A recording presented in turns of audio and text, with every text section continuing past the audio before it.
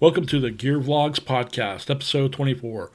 In today's podcast, I talk about a revived MG Metro 6R4 that gets 450 bhps, Audi V6 for a mere 295,000 pounds, Mercedes plant searched in Germany amid corruption probe, Mullen gets approval to assemble and distribute Qiantu K50 EV in the US. New technology aims to support Toyota dealers' handovers for online orders.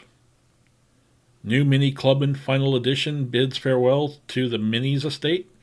And Sakuu's 3D printed batteries ready for market. If this is your first time here, thanks for clicking that play button. I'm Mario Gear, and I've been involved in the automotive industry for well over 15 years. I'm sharing my enthusiasm for all automotive topics with you. Let's begin.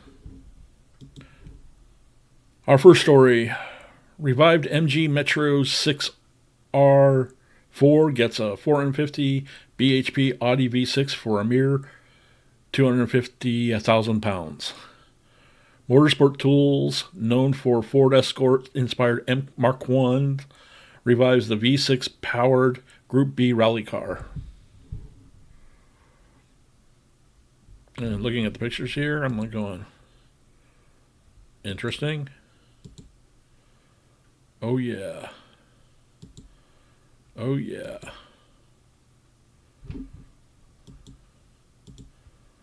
Leave it at that shot. Wales-based Motorsport Tools, MST, is reviving the MG Metro 6R4 for 2024 as a high-performance rally recreation with around 450 bhp on tap from an Audi-supplied V6. The motorsport engineering outfit, which is best known for its fearsome Ford Escort-inspired recreations, confirmed to Autocar the model would be driven by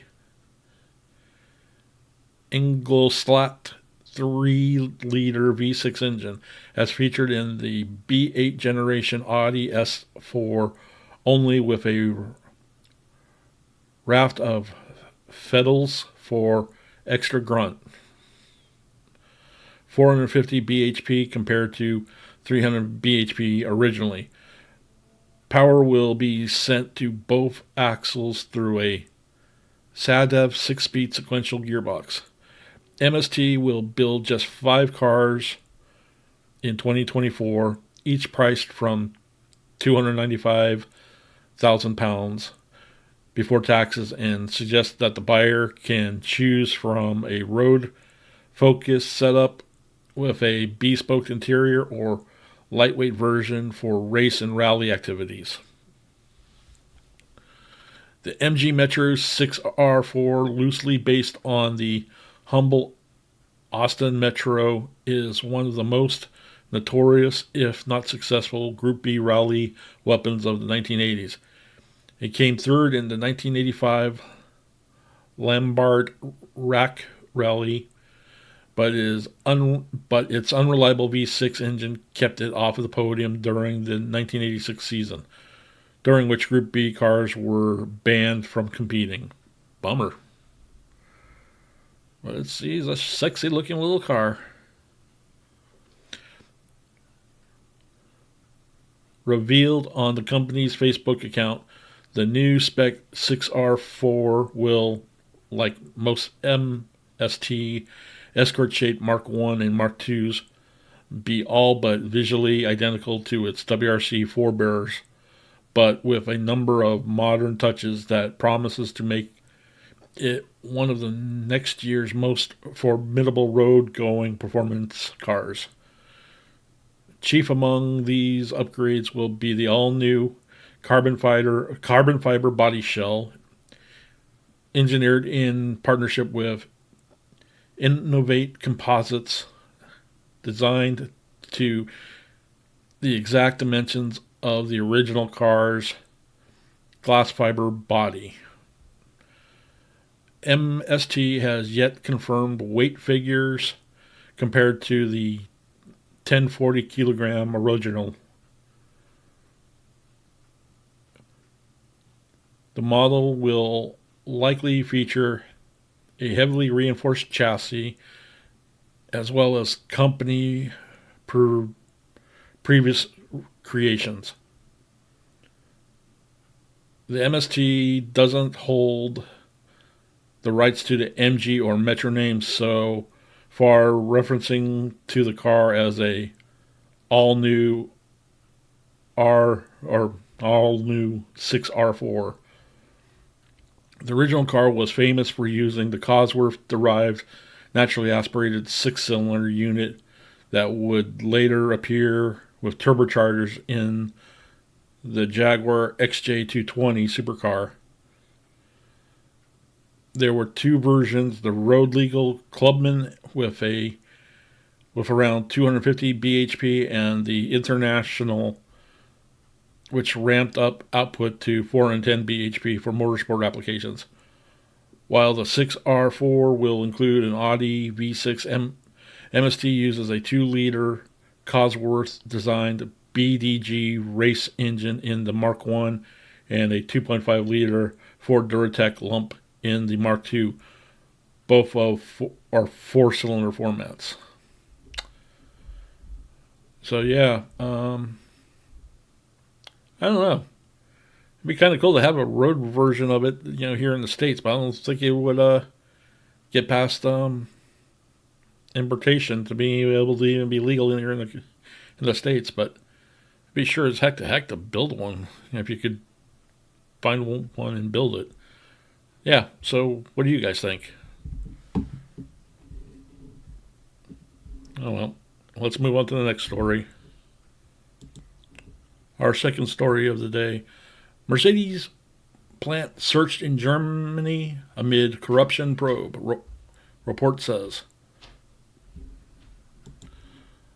Stuttgart prosecutors said they had searched the premise of an unspecified automaker, and two suspects are under investigation for bribery in business transactions. Berlin, Germany. Prosecutors are investigating two Mercedes-Benz employees for suspected corruption and conducted searches late last week at the automaker's factory in Seinfhagen as part of their investigation, the Bild newspaper reported. Authorities seized a mobile phone and computer during the searches at the plant southwest of Stuttgart, the report says. The company confirmed to Reuters that the search had taken place. We are injured parties in the case and have filed a complaint, a Mercedes spokesperson said, adding that the company was working with authorities and would not comment further on the case. The Stuttgart prosecutor said the premises of the automaker had been searched without specifying which one. Two suspects are under investigation for bribery in business transactions, the prosecutor said. So, yeah, there we go. We have right there is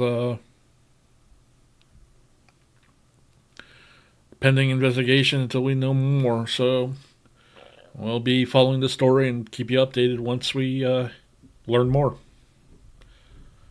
On to our next story. Third story of the day. Mullen gets approval to assemble and distribute Qiantu K50 EV in the U.S.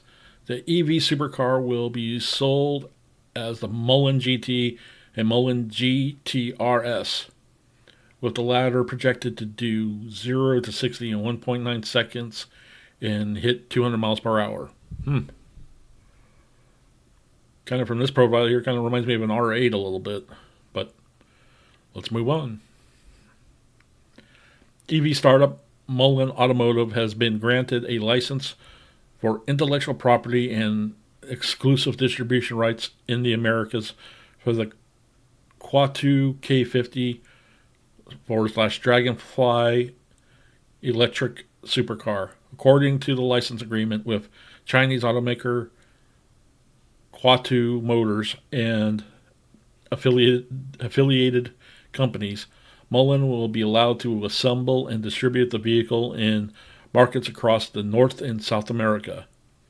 Mullen says it will begin its program to re-engineer and redesign the Qiantu K50 to meet homologation requirements for the U.S. certification and customer expectations for today's supercars.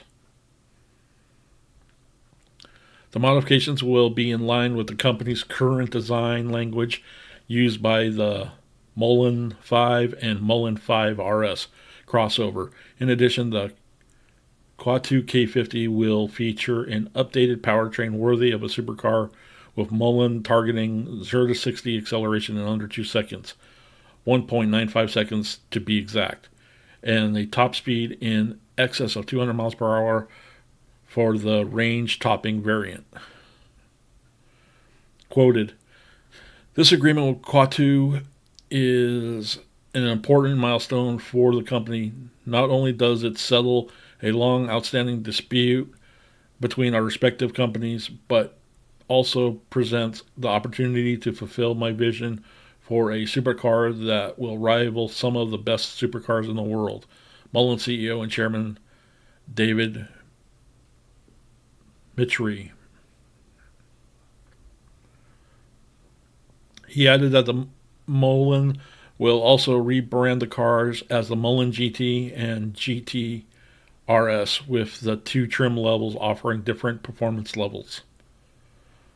On its website of Mullen Automotive, advertises the GT model as offering an estimated range of 236 miles, a top speed of 125 miles per hour, and a 0 to 60 time of 4.2 seconds. The model is said to feature a dual motor all-wheel drive powertrain with a combined 375 horses and 280 kilowatts and 428 pound-feet or 580 Newton meters of torque. There is no details about the Mullen GT-RS yet, other than the targeted top speed of 200 miles per hour and 0 to 60 in 1.9 seconds.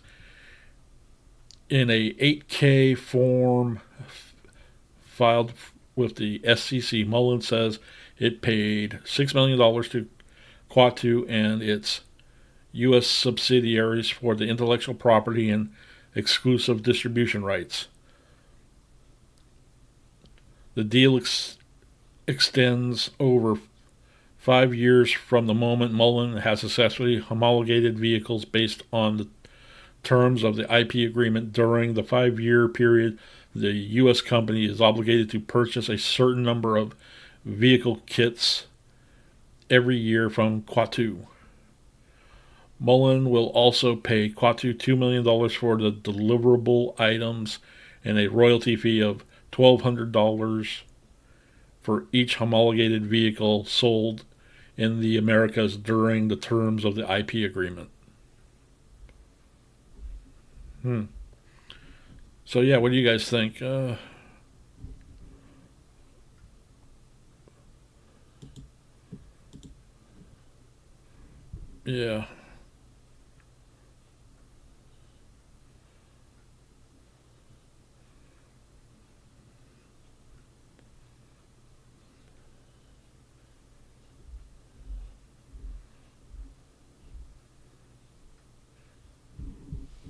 Yeah. Nice looking car. Let's move on to the next story. New technology aims to support Toyota dealers' handover for online orders. A software enhancement for the Model logistics platform has gone live with Toyota and Lexus Great Britain to support their dealers with handovers to buyers using the brand's direct-to-consumer online sales channel. Toyota GB is a supporter of the Model for the supply and delivery of the majority of its new vehicles, mandating its use within its SLA, or service level agreements, across its retailer network, and now a showroom inspection module inspection process has been added for use with direct online sales from the Toyota and Lexus websites, where there is no need for delivery agents or a collection and delivery form. Once the buyer comes to a Toyota or Lexus showroom for the handover, their details will be captured by the showroom staff using the app and feed it into the Model platform, where the retailer and the OEM can access them, making the process paperless and more accurate. Jess Hotchkiss, manager direct sales support at Toyota GB Pictured, said the addition of the new inspection process module within the Model would streamline the handover process for direct sales, with customers having sourced and ordered their vehicle online, coming to showrooms to complete the sale. Having an accurate handover and delivery data is of paramount importance to us, which is why we use Model for its majority of our sales. Inspection process gives us the same level of accuracy with direct online sales as Model delivers at physical handovers at customer presence. We are only a couple of months into this process, and so far only a relatively small number of vehicles have gone through it. But it is working well for us, and with quicker handovers and a better experience for our customers. We are currently exploring other capabilities within the Model for future applications, she added. In 2022, Model recorded 866,000 vehicle handovers, up 10% year on year, despite the ongoing global shortage of semiconductors, which has led to a constrained new vehicle supply. Michael Terry, head of commercial logistics at Ebon Automotive, said, inspection process is the ideal for increasing the accuracy of static vehicle handovers and inspections such as showroom handovers, and work essentially equally well for both retail and fleet customers. We are currently rolling it out across our customer base.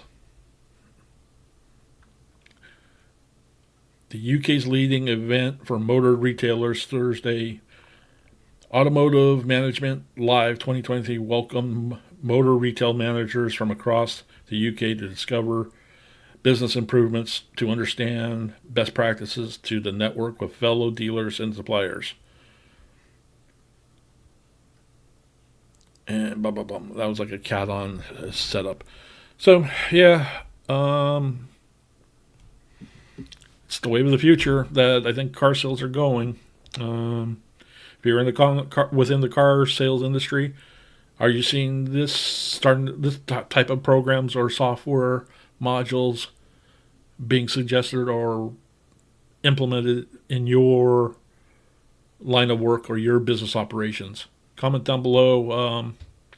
How are things going? I'd like to learn more about this aspect.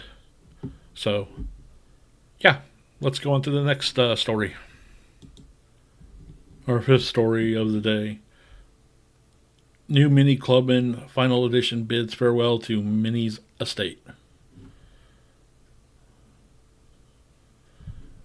The MINI Clubman Final Edition arrives as a limited run of 1969 cars, making the end of the MINI Clubman. Costs from £37,000. In MINI's 1960s heyday, if you wanted a MINI estate, MINI had the Traveler as a more practical take on the regular MINI. But in 1969, MINI decided they needed a model with a squared off front end, and the MINI Clubman was born and available as both a regular MINI Clubman and a MINI Clubman Estate, ensuing the previous Traveler moniker for the load-lugging version of the MINI. When BMW acquired MINI and launched the new MINI, it didn't have rights to the traditional Traveler name, so when time came for the MINI Estate in 2007, it became the new BMW MINI Clubman.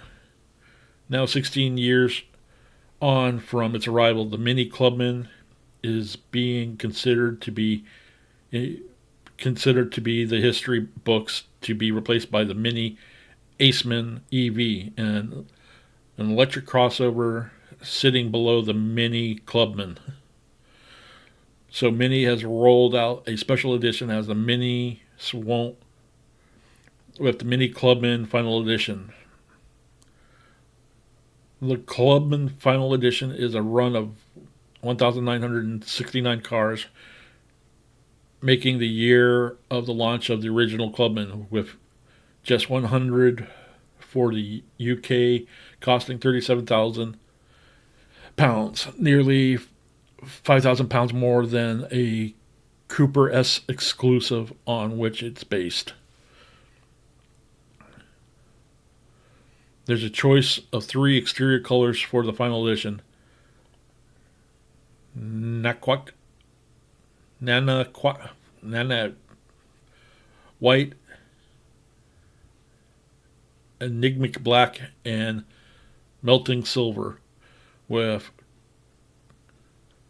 Cooper highlights and decals running down the flanks, 18-inch two-tone alloys, and 1969 badging.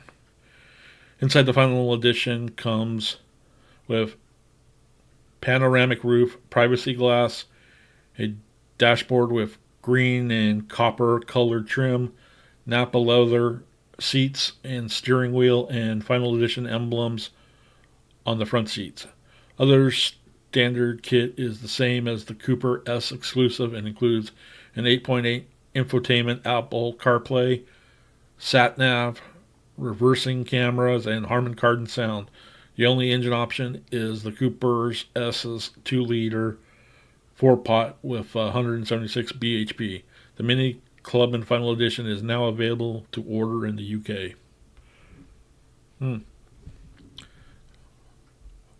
Wonder how many of these will make it into the US. Comment down below if you guys are a fan. Let's go on to our next story.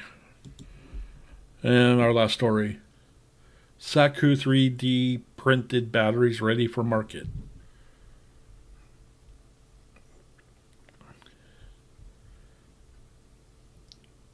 Kavana platform and SwiftPoint batteries manufacturer Sakuu Corporation has announced that it has successfully and consistently 3D printed completely operational performant batteries in custom sizes and shapes since December 2022. At Suka's Silicon Valley battery pilot line facility, these batteries were 3D printed as patterned cells with patterned openings for thermal control in a complete dry method. Suka claims that this is the first of its kind record manufacturing accomplishment and an essential milestone towards its intended mass production of next generation Swift print batteries, which includes solid state batteries in gigafactories around the world using its Kavana platform. We believe we have the only known solution for manufacturing solid state batteries at scale with our novel Kava platform. Collectively, our additional manufacturing and battery teams have accomplished what most thought impossible, said Suka founder and CEO Robert Bagheri. printing custom patterns batteries using a dry process that starts with raw materials and concludes with a fully functional high performance battery is breakthrough that has the potential to transform how batteries of the future are manufactured for all industries.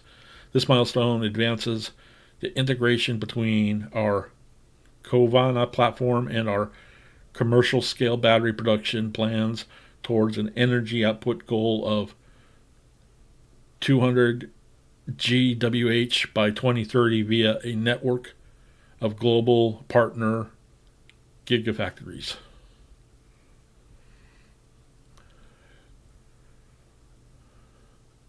Functionality of the Sakuu new battery.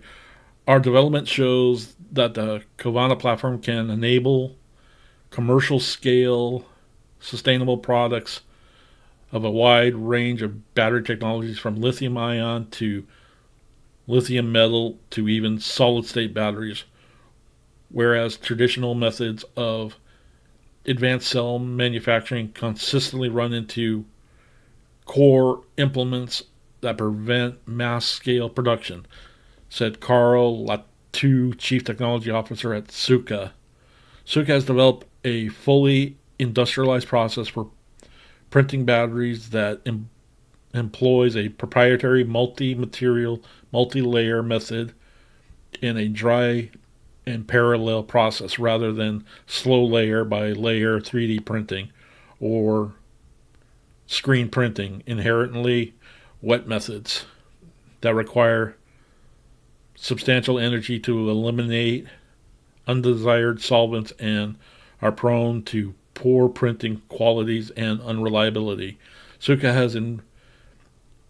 Sakuu invention can provide low-cost, high-speed production capabilities as well as form and shape versatility, all while producing batteries in core categories that are important to customers and clients alike. Sakuu's first printed batteries, for instance, successfully illustrated cycling performance at C5 IC current rates and high energy density at 800 to 1000 WHL. Sakuu's printing process, which employs proprietary lithium metal battery chemistry, begins with raw materials and completes with a fully prepared pattern battery, ushering in a new era of production and energy storage. The success of the pattern battery printing facility, more efficient use of the battery cell volume through new thermal dynamics regulation pathways that enables the incorporation of sensors, fixturing, and thermal transport pathways along with regulations via the pattern design, particularly when thin subcell battery structures are piled with identical patterns openings for thermal management and alignment. Yeah, that is interesting.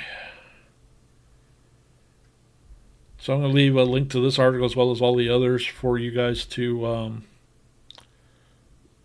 check out and further read. It goes into more depth in reading, and I think you guys will get a kick out of it.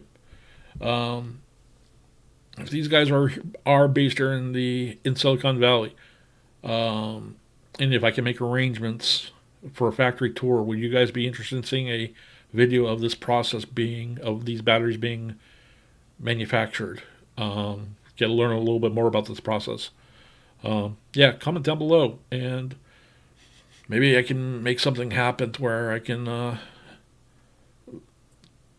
do a on-site visit and train them or take a tour.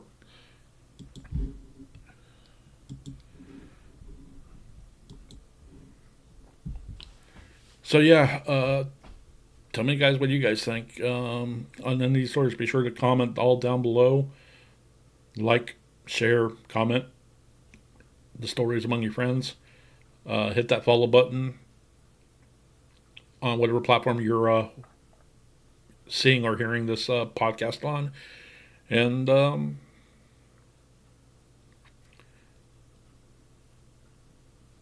be sure to follow me on all of my platforms. Links to all of my platforms will be listed in the show notes. So, till next time.